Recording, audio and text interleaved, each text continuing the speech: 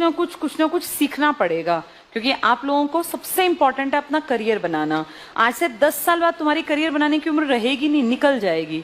इस एज में जिसमें तुम बैठे हो, आफ्टर 12th और आफ्टर ग्रेजुएशन इंसान के पास 2 पड़ाव आते हैं जब उसको लगता है कि भाई अब मेरे लिए लाइफ सेट करना बहुत जरूरी है। जिनके माँ बाप के पास पैसा कम होता है उनको 12th के बाद ही पूरी कोशिश करनी चाहिए कि भाई पैसा नहीं है उतना तो हम बहुत ज्यादा, अब जैसे अच्छी बात है कॉलेज जाएं, खूब पढ़ें, ग्रेजुएशन करें, पोस्ट ग्रेजुएशन करें, डीलिट की उपाधि लें, पीएचडी करें, पर इन सब में पैसा खर्च होता है ना। तो सबसे पहली जरूरत है अपने घर की आर्थिक स्थिति देखें।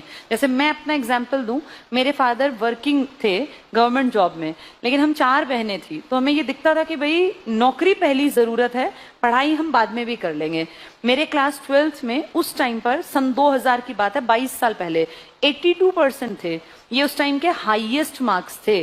10th में मेरे साइंस में 95 मार्क्स आए थे 100 में से। इंडिया में हाईएस्ट 97 थे। उस टाइम में सेकंड टॉपर थी साइंस में, ओवरऑल नहीं साइंस में। 12th में मेरे 82% थे, जो बहुत बड़ी बात थी उस टाइम पर।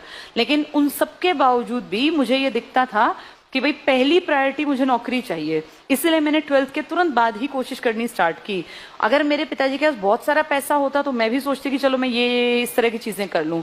देखो 2 बातें होती हैं, एक ये कि भाई मेरे लिए बहुत ज्यादा जरूरी है नौकरी लगना, एक ये कि अगर मैं 5-7 साल ना भी कमाऊं तो भी मेरे घर पे फर्क नहीं पड़ता।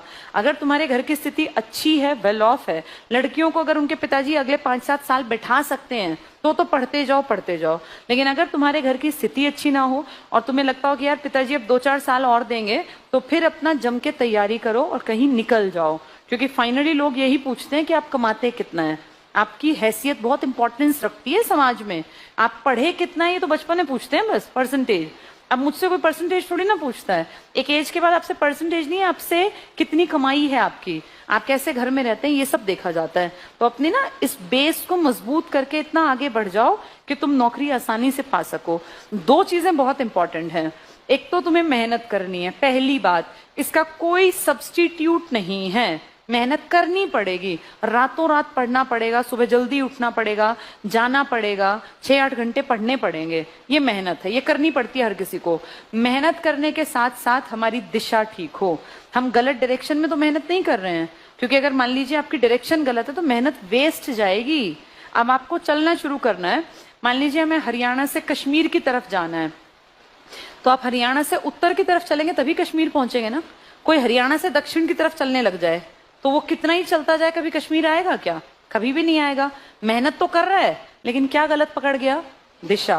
तो ये अब समझने की जरूरत है। अब तुम 12th करके आ गए कि मेहनत तो तुम्हें करनी है, दिशा टीचर दिखा देता है। तो अगर दिशा ठीक हो और मेहनत तुम कर रहे हो तो मंजिल तक पहुंच जाओगे।